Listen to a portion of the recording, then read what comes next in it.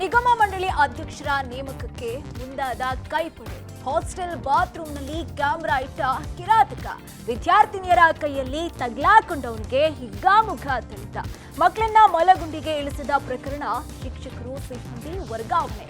Scanning ಸೆಂಟರ್ಲ್ಲೂ ಭ್ರೂಣ ಹತ್ಯೆ, ಅಧಿಕಾರಿಗಳಿಂದ ಸೀಸ್. ಎಲ್ಲವನ್ನ ನೋಡೋಣ ಕರ್ನಾಟಕ ಟಾಪ್ 20ಯಲ್ಲಿ.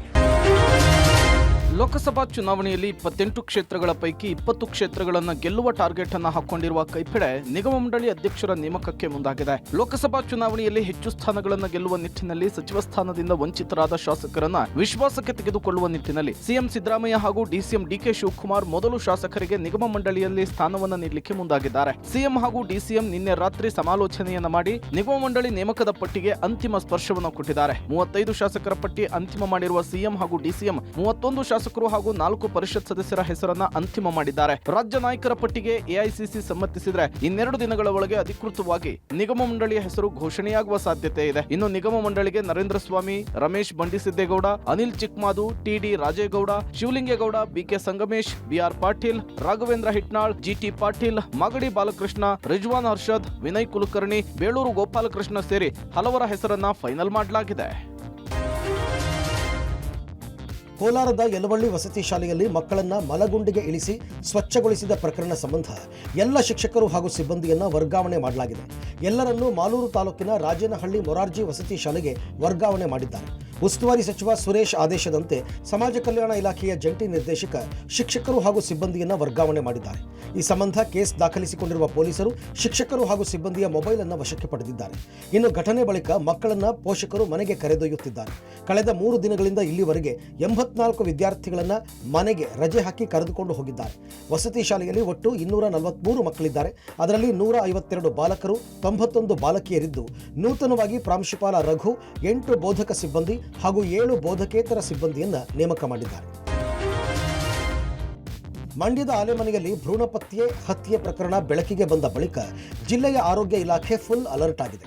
ಜಿಲ್ಲೆಯಲ್ಲಿನ ಸ್ಕ್ಯಾನಿಂಗ್ ಸೆಂಟರ್ಗಳ ಮೇಲೆ ದಾಳಿ ನಡೆಸಿ ಪರಿಶೀಲನೆ ಮಾಡಿ ಲೋಪ ಇರುವ ಸ್ಕ್ಯಾನಿಂಗ್ ಸೆಂಟರ್ಗಳನ್ನು ಸೀಸ್ ಮಾಡಲಾಗ್ತಾ ಇದೆ. ನಿನ್ನೆ ಸಂಜೆ ನಾಗಮಂಗಲದ 2 ಸ್ಕ್ಯಾನಿಂಗ್ ಸೆಂಟರ್ಗಳ ಮೇಲೆ ಆರೋಗ್ಯ ಇಲಾಖೆ ಅಧಿಕಾರಿಗಳು ಪರಿಶೀಲನೆ ವೇಳೆ ಸಿಬ್ಬಂದಿಗಳ ಕಳ್ಳಾಟ ಬೆಳಕಿಗೆ ಬಂದಿದೆ.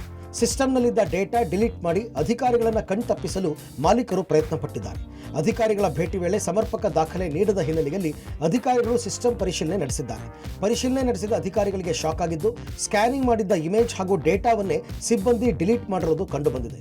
ಮಾಹಿತಿ ಡಿಲೀಟ್ ಮಾಡಿರುವ ಹಿನ್ನೆಲೆಯಲ್ಲಿ ಕಾವೇರಿ ಹಾಗೂ ಲಕ್ಷ್ಮಿ ಡಯಾಗ್ನೋಸ್ಟಿಕ್ ಸೆಂಟರ್ಗಳಿಗೆ ಅಧಿಕಾರಿಗಳು ಬೀಗ ಹಾಕಿದ್ದಾರೆ. ಲಕ್ಷ್ಮಿ ಡಯಾಗ್ನೋಸ್ಟಿಕ್ ಸೆಂಟರ್ನಲ್ಲಿ 2 ವರ್ಷದ ಮಾಹಿತಿ ಹಾಗೂ ಕಾವೇರಿ ಸ್ಕ್ಯಾನಿಂಗ್ ಸೆಂಟರ್ನಲ್ಲಿ 3 ತಿಂಗಳ ಮಾಹಿತಿ ಡಿಲೀಟ್ ಆಗಿದೆ. ಉಪವಿಭಾಗಾಧಿಕಾರಿ ನಂದೀಶ್ ಹಾಗೂ ಕುಟುಂಬ ಕಲ್ಯಾಣಾಧಿಕಾರಿ ಡಾಕ್ಟರ್ ಬೆಟ್ಟಸ್ವಾಮಿ ನೇತೃತ್ವದಲ್ಲಿ ದಾಳಿ ನಡೆಸಿ ಸೀಸ್ ಮಾಡಲಾಗಿದೆ. ರಾಜ್ಯದಲ್ಲಿ ಭಯೋತ್ಪಾದನಾ ಚಟುವಟಿಕೆ ಹೆಚ್ಚಾಗ್ತಿದೆ ಎಂದ ಆರ್ ಅಶೋಕ್. ಮೀಟರ್ ಬಡ್ಡಿ ದಂಧೆಗೆ ಬೇಸತ್ತು ಮಹಿಳೆ ಆತ್ಮಹತ್ಯೆ ಯತ್ನ. ಕರ್ನಾಟಕದಲ್ಲೇ ಕನ್ನಡಿಗರ ಮೇಲೆ ದೌರ್ಜನ್ಯ. ಕನ್ನಡ ಧ್ವಜ ಹಾಕಿದ್ದಕ್ಕೆ ಎಳೆದಾಡಿ ಥಳಿತ. ಎಲ್ಲವನ್ನ ನೋಡೋಣ ಇವಾಗಿನ ಕರ್ನಾಟಕ ಟಾಪ್ 20ಯಲ್ಲಿ. ಬಳ್ಳಾರಿಯಲ್ಲಿ ಎನ್ಐಎಯಿಂದ ಬಂಧನಕ್ಕೊಳಗಾದ ವಿದ್ಯಾರ್ಥಿಯ ಕಥೆ ಕೇಳಿದ್ರೆ ಬೆಚ್ಚಿ ಬೀಳೋದು ಗ್ಯಾರಂಟಿ. ಸಮೀರ್ ಬಳ್ಳಾರಿಯ ಕಾಲೇಜಿನಲ್ಲಿ BCA ವ್ಯಾಸಂಗ ಮಾಡ್ತಾ ಇದ್ದು, ವ್ಯಾಸಂಗ ಮಾಡುವಾಗಲೇ ಐಸಿಸ್ ಸಂಪರ್ಕ ಇತ್ತು ಅನ್ನೋ ಸ್ಫೋಟಕ ಮಾಹಿತಿ ಬಹಿರಂಗವಾಗಿದೆ. ಮೊಹಮ್ಮದ್ ಸುಲೇಮಾನ್ ಉಗ್ರ ಸಂಘಟನೆಯ ಮಾಸ್ಟರ್ ಮೈಂಡ್ ಅಂತ ಹೇಳಲಾಗಿದೆ. 20 ವರ್ಷದ ಸಮೀರ್ ಮುಸ್ಲಿಂ ಬಹುಪತ್ನಿತ್ವ ಹಾಗೂ ಮೊಹಮ್ಮದ್ ಪೈಗಂಬರ್ ಬಗ್ಗೆ ಮಾತನಾಡಿದ ಉಪನ್ಯಾಸಕರ ವಿರುದ್ಧವೇ ತಿರುಗಿ ಬಿದ್ದಿದ್ದ. ಪ್ರಾಧ್ಯಾಪಕರ ವಿರುದ್ಧ ಕಳೆದ ತಿಂಗಳು ಕಾಲೇಜಿನಲ್ಲಿ ದೊಡ್ಡ ಪ್ರತಿಭಟನೆ ಮಾಡಿದ್ದ. ಇದಲ್ಲದೆ SP ಕಚೇರಿ ಮುಂದೆ ಹಾಗೂ ಕೌಲ್ ಬಜಾರ್ ಠಾಣೆ ಮುಂದೆ 100 ಜನರನ್ನ ಸೇರಿಸಿ ಪ್ರತಿಭಟನೆ ಮಾಡಿದ್ದ. ಈತನ ವರ್ತನೆ ಕಂಡು ಪೊಲೀಸರೇ ದಂಗಾಗಿದ್ರು. ಸಮೀರ್ ಬಳ್ಳಾರಿಯ ಜಾಗೃತಿ ನಗರದ ನಿವಾಸಿಯಾಗಿದ್ದು, ಸಮೀರ್ ತಂದೆ ತಾಯಿ ಸಣ್ಣ ಪುಟ್ಟ ವ್ಯಾಪಾರ ಮಾಡಿಕೊಂಡು ಜೀವನ ನಡೆಸ್ತಾ ಇದ್ದಾರೆ. ಮತ್ತೊಬ್ಬ ಆರೋಪಿ ಮೊಹಮ್ಮದ್ ಸುಲೇಮಾನ್ ನಿಷೇಧಿತ ಸಂಘಟನೆ PFI ಕಾರ್ಯದರ್ಶಿಯಾಗಿ ಕೆಲಸ ಮಾಡ್ತಾ ಇದ್ದ. ಈತ ಕೌಲ್ ಬಜಾರ್ ಮುಖ್ಯ ರಸ್ತೆಯಲ್ಲಿ ಬಟ್ಟೆ ಅಂಗಡಿ ಇಟ್ಕೊಂಡು ವ್ಯಾಪಾರ ಮಾಡ್ತಿದ್ದಾನೆ. ಸಮೀರ್ ಸುಲೇಮಾನ್ ಸಹಚರನಾಗಿ ಕೆಲಸ ಮಾಡ್ತಾ ಇದ್ದ. ರಾಜ್ಯದಲ್ಲಿ ಭಯೋತ್ಪಾದನಾ ಚಟುವಟಿಕೆ ಹೆಚ್ಚಾಗಿದೆ ಅಂತ ವಿರೋಧ ಪಕ್ಷದ ನಾಯಕ ಆರ್ ಅಶೋಕ್ ಹೇಳಿದ್ದಾರೆ. ವಿಧಾನಸೌಧದಲ್ಲಿ ಸುದ್ದಿಗೋಷ್ಠಿ ನಡೆಸಿ ಮಾತನಾಡಿದ ಅವರು, NIA ತಂಡ ಬಳ್ಳಾರಿ ಸೇರಿದಂತೆ ಹಲವೆಡೆ ಶೋಧ ನಡೆಸಿದೆ. PFI ಸಂಘಟನೆಯನ್ನ ಸರ್ಕಾರ ನಿಷೇಧ ಮಾಡಿದೆ. ಸಿದ್ದರಾಮಯ್ಯ ಅವರ ಮೇಲಿದ್ದ ಕೇಸನ್ನ ವಾಪಸ್ ಪಡೆದ್ರು. ಕಾಂಗ್ರೆಸ್ ಸರ್ಕಾರದ ಬಳಿಕ ಮತ್ತೆ ಈ ಚಟುವಟಿಕೆಗಳು ಶುರುವಾಗಿವೆ. ಐಸಿಸ್ ಸೇರಿದಂತೆ ಉಗ್ರ ಸಂಘಟನೆಗಳಿಗೆ ಸಪೋರ್ಟ್ ಮಾಡೋರು ಬೆಳೀತಾ ಇದ್ದಾರೆ.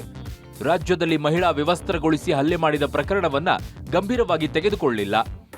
ವಿರೋಧ ಪಕ್ಷಗಳು ಭೇಟಿ ಬಳಿಕ ಪರಿಹಾರ ಘೋಷಣೆ ಮಾಡಿದ್ರು.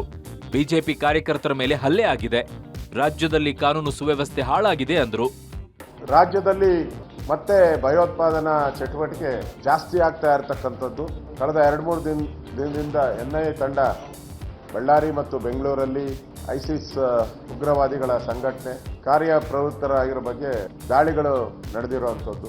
ಈ ಥರದ ಭಯೋತ್ಪಾದನಾ ಚಟುವಟಿಕೆಗೆ ಮಾಡುವಂಥವ್ರಿಗೆ ಕಮ್ಮಕ್ಕು ನೀಡುವಂಥ ಕೂಡ ಕೆಲಸನೂ ನಡೀತಾ ಇದೆ ಅಂತೇಳಿ NIA ಸ್ಪಷ್ಟನೆ ಮಾಡಿರುವಂಥದ್ದು ಕೂಡ ನಮ್ಮ ಗಮನಕ್ಕೆ ಬಂದಿದೆ. PFI ಹಿಂದೆ ಸಿದ್ದರಾಮಯ್ಯನವ್ರ ಸರ್ಕಾರ ಇದ್ದಾಗ ಅವ್ರ ಮೇಲಿದ್ದಂಥ ಕೇಸ್ಗಳಲ್ಲೆಲ್ಲ ವಾಪಸ್ ತೆಗೆದು ಮತ್ತೆ ಕರ್ನಾಟಕದಲ್ಲಿ ಕಾಂಗ್ರೆಸ್ ಸರ್ಕಾರ ಬಂದ ಮೇಲೆ ಮತ್ತೆ ಈ ಥರದ ಉಗ್ರವಾದಿಗಳ ತಾಣ ಕರ್ನಾಟಕ ಆಗ್ತಾ ಇದೆ. ಆ ಬೆಳವಣಿಗೆಯಿಂದ ಕರ್ನಾಟಕಕ್ಕೆ ಮುಂದಿನ ದಿನಗಳಲ್ಲಿ ಸಮಸ್ಯೆ ಆಗುತ್ತೆ. ರಾಜ್ಯದಲ್ಲೇ ಕನ್ನಡಿಗರ ಮೇಲೆ ದೌರ್ಜನ್ಯ ನಡೆದಿದೆ. ಕನ್ನಡ ಧ್ವಜ ಅಳವಡಿಸಿದ್ದಕ್ಕೆ ಕನ್ನಡಿಗ ಯುವಕನಿಗೆ ಕೆಲ ಮರಾಠಿ ಪುಂಡರು ಥಳಿಸಿದ್ದಾರೆ. ಬೆಳಗಾವಿ ಜಿಲ್ಲೆಯ ಹುಕ್ಕೇರಿ ತಾಲೂಕಿನ ಅಂಕಲಿ ಗ್ರಾಮದಲ್ಲಿ ಘಟನೆ ನಡೆದಿದೆ. ಕನ್ನಡ ಧ್ವಜ ತೆರವು ಮಾಡುವಂತೆ ಮರಾಠಿ ಪುಂಡರು ಥಳಿಸಿದ್ದಾರೆ. ಅಂಕಲಿ ಗ್ರಾಮದಲ್ಲಿ ಶಿವಾಜಿ ಪುತ್ಥಳಿಯ ಬಳಿ ಕನ್ನಡ ಧ್ವಜವನ್ನು ಅಳವಡಿಸಲಾಗಿತ್ತು. ಇದರಿಂದ ರೊಚ್ಚಿಗೆದ್ದ ಪುಂಡರು ಧ್ವಜವನ್ನು ತೆರವುಗೊಳಿಸುವಂತೆ ಗಲಾಟೆ ಮಾಡಿ ಎಳೆದಾಡಿ ಥಳಿಸಿದ್ದಾರೆ. ಮರಾಠಿ ಪುಂಡರು ಕನ್ನಡಿಗರ ಮೇಲೆ ಹಲ್ಲೆ ಮಾಡುವ ವಿಡಿಯೋ ಸಾಮಾಜಿಕ ಜಾಲತಾಣದಲ್ಲಿ ವೈರಲ್ ಆಗಿದೆ.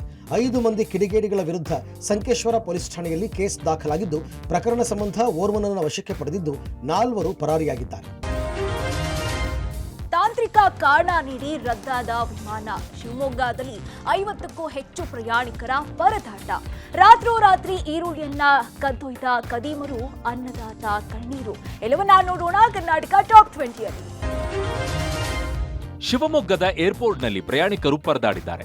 ಶಿವಮೊಗ್ಗದಿಂದ ಗೋವಾಗೆ ಪ್ರಯಾಣ ಮಾಡಲು 50ಕ್ಕೂ ಹೆಚ್ಚು ಪ್ರಯಾಣಿಕರು ಆಗಮಿಸಿದ್ರು. ಆದರೆ ವಿಮಾನ ಹಾರಾಟ ನಡೆಸದೇ ಇದ್ದಿದ್ರಿಂದ ಪ್ರಯಾಣಿಕರು ಪರದಾಡಿದ್ದಾರೆ. ಶಿವಮೊಗ್ಗದಿಂದ ಸ್ಟಾರ್ ಏರ್ಲೈನ್ಸ್ ವಿಮಾನ ಗೋವಾಗೆ ಹಾರಾಡಬೇಕಾಗಿತ್ತು. ಆದರೆ ತಾಂತ್ರಿಕ ಸಮಸ್ಯೆಯ ನೆಪ ಹೇಳಿ ಇಂದಿನ ವಿಮಾನ ಹಾರಾಟವನ್ನ ಏರ್ಲೈನ್ಸ್ ಸಂಸ್ಥೆ ರದ್ದು ಮಾಡಿದೆ. ನಿನ್ನೆಯೂ ಕೂಡ ಶಿವಮೊಗ್ಗದಿಂದ ಗೋವಾಗೆ ವಿಮಾನ ಹಾರಾಟ ರದ್ದಾಗಿತ್ತು. ಏಕಾಏಕಿ ವಿಮಾನ ಹಾರಾಟ ರದ್ದು ಮಾಡಿದ್ದಕ್ಕೆ ಪ್ರಯಾಣಿಕರು ಆಕ್ರೋಶ ವ್ಯಕ್ತಪಡಿಸಿದ್ದಾರೆ. ಇಂದು ಬೆಳಗ್ಗೆ 11 ಗಂಟೆಗೆ ಗೋವಾ ಪ್ರವಾಸಕ್ಕೆ ತೆರಳಬೇಕಾಗಿದ್ದ ಪ್ರಯಾಣಿಕರು ಸಂಸ್ಥೆಯ ಅಧಿಕಾರಿಗಳ ಜೊತೆಗೆ ಮಾತಿನ ಚಕಮಕಿ ನಡೆಸಿದ್ದಾರೆ.